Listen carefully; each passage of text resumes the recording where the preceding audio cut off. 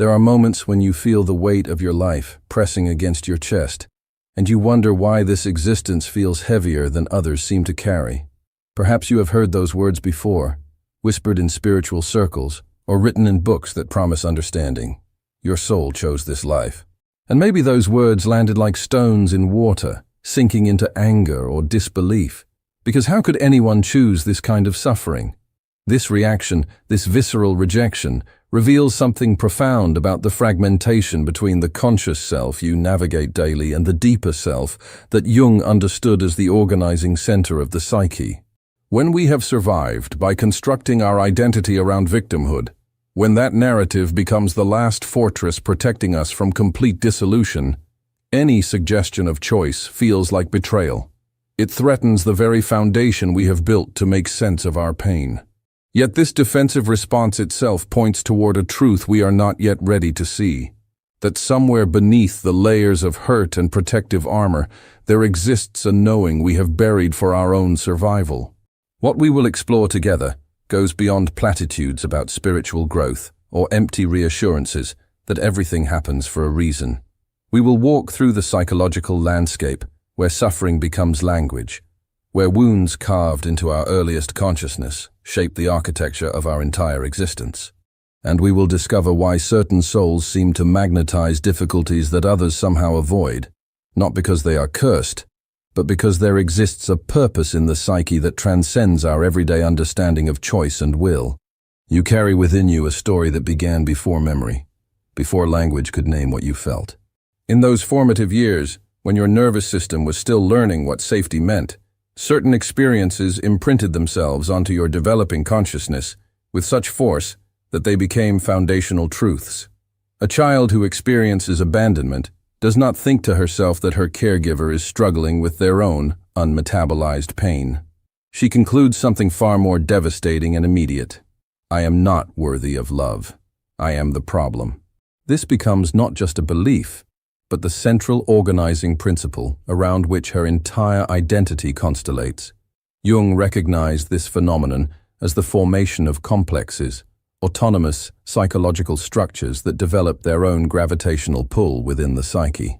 The wounded child complex, formed in those early experiences of neglect, violence, or emotional absence, does not simply disappear when we grow older. It continues to operate beneath conscious awareness, influencing our choices, relationships, and the very situations we find ourselves drawn toward. The ego, desperate to maintain some sense of coherence and control, builds elaborate defenses around these wounds, often spending decades proving the very beliefs formed in childhood. That we are unlovable, that we are too much or not enough, that we exist as problems to be solved rather than beings to be embraced.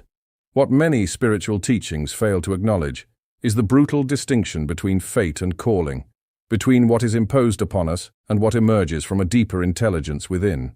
Jung differentiated between fatum, the external destiny that befalls us through circumstances beyond our control, and vocatio, the interior calling that draws us toward our unique path of becoming whole. When we confuse these two concepts, we either sink into toxic guilt, believing we somehow caused our own abuse or abandonment, or we float into spiritual bypassing, using the language of soul contracts to avoid the genuine grief and rage that our wounds deserve. The transmission of suffering across generations operates through channels that words cannot fully capture. You may carry in your body the unprocessed trauma of your grandmother, the rage your father never learned to name, the grief your mother swallowed to survive. These inheritances do not arrive with instruction manuals or conscious memory. They live in your nervous system, in the way your body tenses when someone raises their voice, in the panic that floods you when faced with intimacy, in the exhaustion that seems to have no source in your own immediate life. The family system, unconscious of its own shadow, often selects one member to carry what everyone else refuses to acknowledge. You become the identified patient, the black sheep, the one who feels too much in a family that has learned not to feel at all. This role, assigned before you could consent to it, shapes your earliest understanding of yourself in the world. When everyone around you seems lighter, more capable of joy, more able to move through life without this constant undertow pulling at your legs, you begin to wonder what is fundamentally wrong with you. But what if nothing is wrong? What if your sensitivity, your depth of feeling, your inability to pretend that everything is fine when it is not? What if these are not flaws, but rather the very instruments through which consciousness attempts to wake up within your lineage? There exists within the psyche a mechanism that Freud named repetition compulsion, and Jung understood as the unconscious attempt to master what once overwhelmed us. We find ourselves in the same arguments with different people, choosing partners who wound us in familiar ways, creating circumstances that mirror the original abandonment or betrayal. This is not evidence of our stupidity or weakness. It is the psyche's desperate, unconscious strategy to finally gain control over what once left us helpless. The child who could not stop her parent from leaving grows into the adult who unconsciously creates situations of abandonment, hoping that this time, maybe this time, she will be able to change the outcome. The paradox is devastating. In trying to heal, we deepen the wound. Perhaps you have noticed how your pain has become a kind of home, a territory where you know all the landmarks, where you feel somehow more real than in moments of peace or joy. There is a strange comfort in familiar suffering, a perverse sense of control in expecting the worst and being proven right. When someone suggests you could live differently, a part of you recoils, not just in disbelief, but in something closer to fear. Because who would you be without your wounds? If you released the story of your suffering, would anything of you remain? This is not weakness or attachment to victimhood. This is the terrified ego, knowing only itself as defined by injury, unable to imagine existence beyond the boundaries of pain. Jung understood individuation not as a cheerful journey of self-improvement, but as a descent into the very depths we have spent our lives avoiding. The path toward wholeness, toward becoming who we truly are beneath all the adaptations and defenses, requires that we turn and face what we have exiled into shadow. This is not healing in the sense of returning to some imagined state of innocence or eliminating all traces of our suffering. Integration means making conscious what has been split off, bringing into awareness the parts of ourselves we deemed too dangerous, too shameful, too overwhelming to acknowledge. It means sitting with the wounded child still living inside us and hearing her story without trying to fix, spiritualize, or transcend what she endured. Certain experiences in life function as what Jung called enantiodromia, the emergence of the unconscious opposite. When suffering becomes extreme enough, when we are pushed beyond what we believed we could endure, something shifts in the architecture of consciousness itself. The carefully constructed persona, that mask we wear to function in the world, cracks under pressure. The ego, forced to its limits, discovers it is not the center of the psyche after all. In these moments of complete breakdown, there exists the possibility of breakthrough, but only if we stop fighting what is trying to emerge, only if we allow the descent to take us where it needs to go. This is where easy spirituality fails us most completely. To speak of soul-choosing and divine purpose, while we are still bleeding from wounds that have not been witnessed, still shaking from traumas that have not been validated, is to commit a kind of violence. Before we can understand the deeper intelligence that might organize suffering into meaning, we must first acknowledge the very real damage that has been done to us. We must allow ourselves to feel the full weight of what we have endured without immediately rushing to find the lesson or silver lining. Some things that happen to us should not have happened. Period. This truth must be spoken before any other truth can be heard. Yet there is another layer beneath even this necessary validation. Jung wrote of the self, that deeper organizing center of the psyche that operates according to a logic the ego cannot fully comprehend. The self is not bound by the ego's concerns for comfort, social acceptance, or even survival in the conventional sense. Its aim is wholeness, which often requires the shattering of the partial identities we have constructed. From the perspective of the self, certain experiences, however devastating to the ego, serve a teleological function. They are oriented toward an end that only becomes visible in retrospect, if at all. This is what makes the concept of the soul choosing so dangerous and so potentially transformative. It is not that your infant self chose to be abused or abandoned in any conscious way. But perhaps there exists a level of intelligence deeper than conscious choice, an organizing principle that knows what raw materials are needed for the particular work of consciousness you came here to do. Perhaps your soul, if we can call it that without falling into New Age reductionism, recognized that only through extreme difficulty would the false structures of ego be broken down enough for something authentic to emerge. Some souls require complete darkness before they can perceive their own light. This is not metaphor but psychological structure. For those who have lived easy lives, protected from harsh realities, the persona can remain intact, the shadow never integrated, the false self mistaken for the true self across an entire lifetime. But you who have been broken open again and again, you do not have that luxury of unconsciousness. Your suffering has forced you to ask questions that comfortable people never have to face. You have been initiated, whether you wanted it or not, into dimensions of human experience that most prefer to deny. But here is where we must be ruthlessly honest about the difference between suffering that transforms and trauma that simply destroys. Not all pain serves growth. Not every difficult experience contains hidden wisdom. Some things break us in ways that do not lead to breakthrough but to fragmentation, dissociation, the slow extinction of vitality.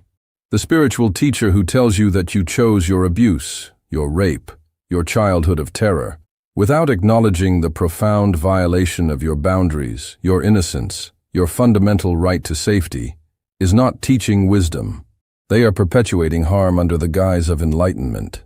What distinguishes transformative suffering from meaningless cruelty is our relationship to it. When we can hold our pain within a larger context of meaning, when we can perceive our wounds as initiatory rather than merely punitive, something shifts in our capacity to metabolize what has happened to us. This does not mean pretending our abuse was a gift or that our neglect was somehow deserved. It means we stop identifying ourselves solely as victims of random cruelty and begin to sense, however tentatively, that there might be purpose threaded through our biography, even the darkest chapters. You may have spent years, perhaps decades, seeking outside yourself for what could only ever be found within. The perfect relationship that would finally make you feel whole, the career achievement that would prove your worth, the spiritual practice or substance or experience that would fill the void you have carried since before you could name it. But the self that Jung spoke of cannot be found in external accomplishments or relationships, no matter how perfect they appear. It can only be discovered through the terrifying work of turning inward, of meeting yourself in all your fragmented, wounded, shadow-filled complexity, and saying yes to what you find there. When we refuse the call of our own depths, when we numb ourselves against the very feelings that are trying to lead us home to ourselves, we do not find peace. We find what Jung called the unlived life, that peculiar state of existing without truly inhabiting our own existence. You know this state intimately, if you have ever felt like you are going through the motions of living while some essential part of you remains locked away, watching from a distance, never quite present, never quite engaged. This is the price of refusing to feel what needs to be felt, of avoiding the confrontation with our own psyche that transformation requires. The unlived life manifests as chronic restlessness, as the sense that something is always missing, no matter what you acquire or achieve. It shows up in addictions, both to substances and to people, as we desperately seek outside ourselves the wholeness that can only come through integration. It appears as psychosomatic illness, the body speaking what the conscious mind refuses to acknowledge.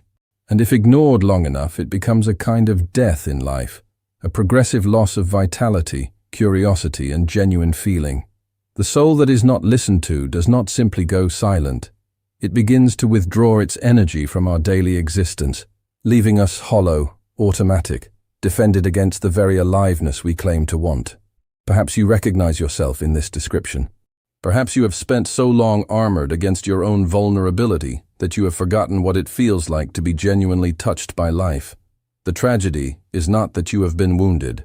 The tragedy is that you have made yourself unreachable even to your own healing, locked in a protective fortress that keeps out not just pain, but also joy, connection, and the possibility of genuine transformation. This is what happens when we mistake numbness for peace, when we confuse the absence of feeling with the presence of serenity.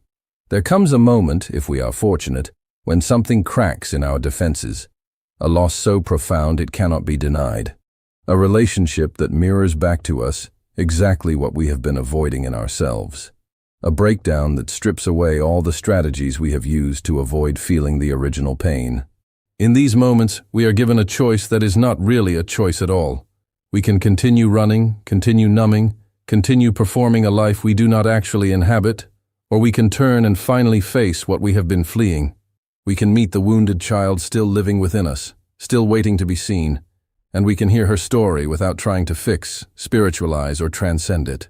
We can simply witness what happened to her, to us, and allow ourselves to grieve what was lost. This is the beginning of genuine integration, not the premature forgiveness that spiritual bypassing demands, not the false transcendence that pretends we can rise above our wounds without first descending into them, but the slow, painful, sacred work of bringing consciousness to what has been split off and denied. When we finally turn toward our pain, instead of away from it, when we stop treating our wounds as enemies to be eliminated and begin to understand them as messengers carrying crucial information about our unlived life, the entire relationship to our biography begins to shift. You start to see your history not as a random series of misfortunes, but as a kind of curriculum, however brutal, designed to break down the false structures of ego and reveal something more authentic underneath. The abandonment that taught you to seek approval outside yourself becomes the wound that eventually drives you to discover your own inner authority. The betrayal that shattered your capacity for trust becomes the initiation that teaches you discernment and the difference between true intimacy and performed connection. The rejection that convinced you that you were fundamentally unlovable becomes the very threshold through which you must pass to discover that your worth is not contingent on anyone else's recognition. This is not about finding silver linings or pretending that what happened to you was somehow good. It is about refusing to let your wounds be the final word on who you are. It is about extracting from your suffering the very consciousness it was trying to birth in you all along. In Jungian terms, it is the alchemical process of turning lead into gold, of taking the raw, unmetabolized material of trauma and suffering it until it transforms into wisdom, compassion, and a kind of authority that can only come from having traversed the underworld and returned. The child within you who unconsciously said yes to this difficult incarnation, who somehow knew at a level beyond conscious choice that this particular configuration of challenges would be necessary for your soul's work, that child deserves to be honored. Not because the abuse was justified or the neglect was acceptable, but because she was brave enough to take on what she took on. She came into this life willing to feel what others avoid, to carry what others deny, to break open in ways that would either destroy her or transform her completely. And you are still here. That fact alone is evidence of something indestructible within you, something that suffering could wound but not eliminate. When you can look back at your own biography from this perspective, when you can hold both the genuine tragedy of what you endured and the recognition that it has shaped you into someone capable of profound depth and authentic presence, something shifts in your relationship to your own story. The question changes from, "Why did this happen to me?" to, "What is trying to be born through this experience?" You are no longer simply a victim of circumstance, but a participant in a larger process of becoming, one that you did not consciously choose, but that has chosen you nonetheless. This shift in perspective does not make the pain disappear. The memories do not suddenly become bearable or the losses somehow acceptable, but you stop needing them to be different than they are. You stop waiting for an apology that will never come or an explanation that would satisfy the hurt still living in your body. You begin to understand that healing is not about erasing what happened, but about changing your relationship to it, about bringing consciousness to what was unconscious, about integrating what was split off. Integration means you can hold both the wounded child and the adult you have become in the same awareness without needing one to disappear for the other to exist. You can acknowledge the ways you were genuinely victimized while also recognizing the ways you have participated in your own suffering through unconscious patterns and repetition compulsions. You can feel compassion for yourself without falling into self-pity. You can take responsibility for your healing without taking on blame for your wounding. This is mature spirituality, grounded in psychological reality, refusing both the inflation of thinking you consciously chose every detail of your life and the deflation of believing you are merely a helpless victim of cruel fate. The tears that come when this understanding finally lands are different from the tears of pain or rage or grief you have cried before. These are tears of recognition, of finally seeing your own story as coherent rather than random, as meaningful rather than merely tragic. They are tears of gratitude, not for the suffering itself, but for the person you have become through surviving it. They are tears of release, the final letting go of the need for your past to have been different, for your parents to have been different, for you to have been different. In this moment of integration, you discover something unexpected. The very wounds you thought made you unlovable become the source of your deepest capacity for authentic connection. The sensitivity you learned to hide becomes the instrument through which you perceive what others miss. The pain you thought was your greatest weakness reveals itself as your particular form of strength, the specific way consciousness chose to wake up in you. You are not whole despite your wounds. You are whole because you have learned to include them in your understanding of who you are. This is what changes the quality of your presence in the world. People sense something different about you, though they may not be able to name it. You have stopped performing the role of the wounded healer or the enlightened teacher or any other spiritual persona. You have simply become more real, more available, more capable of meeting others in their own pain without needing to fix or save or transcend it. There is a kind of authority that emerges only from having been genuinely broken and somehow reconstituted into something more authentic than what existed before. You no longer need to announce your transformation or prove your growth. Your frequency speaks for itself. The way you listen, the way you allow silence, the way you can sit with discomfort without rushing to resolution, these subtle shifts communicate more than any declaration of healing could. You have developed what Jung called the transcendent function, the capacity to hold tension between opposites without collapsing into one side or the other. You can be both vulnerable and strong, both broken and whole, both wounded and wise. This is not the end of your journey, but a new beginning. Having integrated your personal shadow, you begin to perceive the larger patterns of collective suffering that move through families, cultures, entire lineages. You recognize that the work you have done to bring consciousness to your own wounds does not belong to you alone. When you interrupt unconscious patterns in yourself, you interrupt them for everyone connected to you across time. Your healing ripples backward to your ancestors and forward to generations not yet born.